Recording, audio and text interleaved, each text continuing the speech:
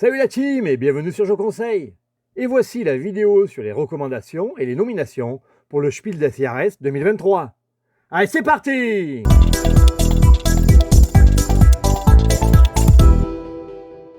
Mais au fait, c'est quoi le Spiel des Jahres? Plus communément appelé le Spiel, il s'agit d'une récompense allemande décernée chaque année par un jury composé de journalistes spécialisés. Le Spiel est considéré comme le prix le plus prestigieux et il est de renommée internationale. Il est composé de 3 catégories, le Kinderspiel pour les jeux enfants, le Kennerspiel pour les jeux initiés et experts, et le Spiel pour les jeux tout public. De plus, cette année, le jury a décidé de décerner un prix spécial pour la gamme Unlock et Unlock Kids, prix qui sera donné en même temps que les résultats des vainqueurs courant juillet. Et maintenant, place aux recommandations, et je ne vous présente pas la catégorie enfant que je laisse à plus experts que moi. Dans la catégorie Kennerspiel, on trouve 5 jeux. Challengers, qui a gagné l'As d'or initié cette année, est un jeu de deck building sur le concept de la bataille. À vous de récupérer les meilleures cartes au fil de la partie afin de gagner le maximum de batailles contre vos adversaires. Council of Shadows, basé sur un système d'action avec des cartes, vous allez développer des technologies et explorer puis coloniser des planètes. Il vous faudra également produire de l'énergie pour la consommer sur vos actions. À noter le système original de double échelle sur l'énergie qui sert également de point de victoire. Iki est la nouvelle édition du jeu éponyme, sorti en 2015. Il va falloir se déplacer dans la grande rue commerçante d'Edo, l'ancien Tokyo, et installer des artisans afin de commercer le mieux possible pour gagner des points de victoire. Il s'agit d'un jeu de placement d'ouvriers avec programmation et planification. Mindbug est un jeu de cartes co-créé par Richard Garfield, le créateur de Magic. Ici, vous allez invoquer des créatures et les envoyer au combat contre votre adversaire, le but du jeu étant de réduire le total de vie de l'adversaire à 0. On a ici un jeu de bataille où il faut bien gérer sa main de cartes. Planète Unknown, ou comment développer une planète inconnue. À chaque tour et de manière simultanée, il faut placer une tuile de développement de type polyomino sur sa planète. Cette tuile apportera différentes ressources ainsi que 2 actions à réaliser. L'objectif étant d'optimiser au mieux le placement de ces polyomino afin d'avancer sur ces pistes d'évolution et également de gagner des médailles pour les lignes et colonnes complètes sur sa planète.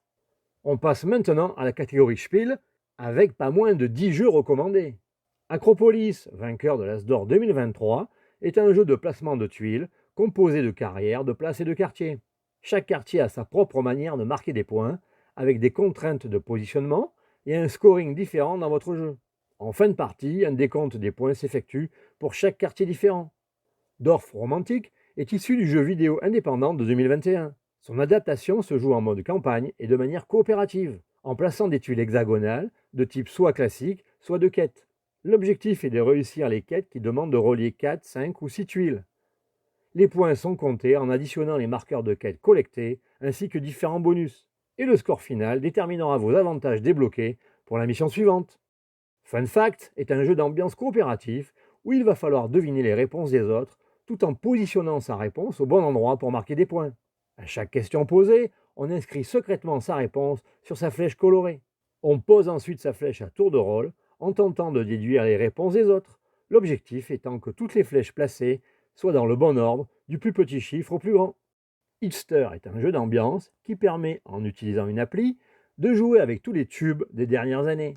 Placer correctement 10 hits par ordre chronologique sur votre ligne du temps musicale vous fait gagner la partie. Kuzo-Oka est un jeu coopératif à communication limitée dans lequel nous incarnons des animaux qui essayent de s'évader du zoo. Le plateau trace un chemin vers la sortie sur lequel il faudra faire placer ces jetons animaux en respectant la couleur des emplacements. Cela demandera de jouer en commun une ou plusieurs cartes de la couleur demandée. Mantis est un jeu de cartes pour toute la famille. Vous devrez chaque tour choisir entre tenter de scorer une de vos couleurs ou bien voler une ou plusieurs cartes chez un adversaire. Le verso de chaque carte comprend 3 couleurs, ce qui donne un indice sur la véritable couleur de la carte.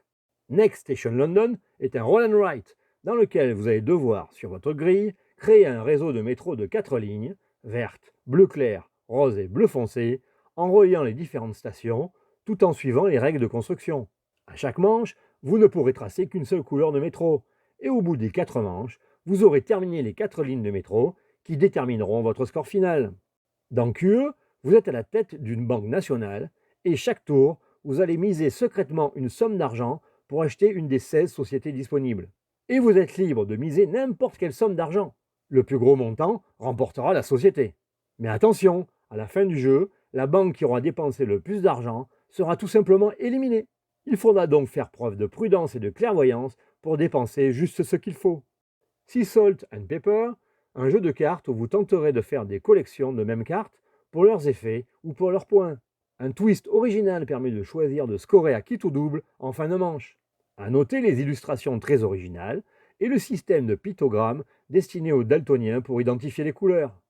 That's Not a Hat, nommé à l'As d'or catégorie grand public, est un jeu de cartes mélangeant les mécanismes de bluff et de mémoire. À vous de vous rappeler les cartes qui vont s'échanger face cachée tout autour de la table et de bluffer lorsque votre mémoire vous aura joué un tour. Et voici les 3 jeux nommés par le jury dans chaque catégorie. En Kennerspiel, on a Challengers, Iki et Planet Unknown. J'ai joué aux 3 jeux, et même si j'ai bien aimé ma partie récente de Planet Unknown, je place Challengers en favori pour son côté dynamique et frénétique, avec beaucoup de fun autour de la table. En Spiel, on a Dorf Romantic, Fun Fact et Next Station London. Je ne connais que ce dernier qui est un roll and write somme toute assez classique. Et entre les 2 premiers, je préfère mettre Dorf Romantic comme vainqueur. Et vous, quels sont vos favoris? N'hésitez pas à les proposer en commentaire. Les résultats seront connus le 16 juillet. D'ici là, jouez bien et à bientôt sur Je Conseille.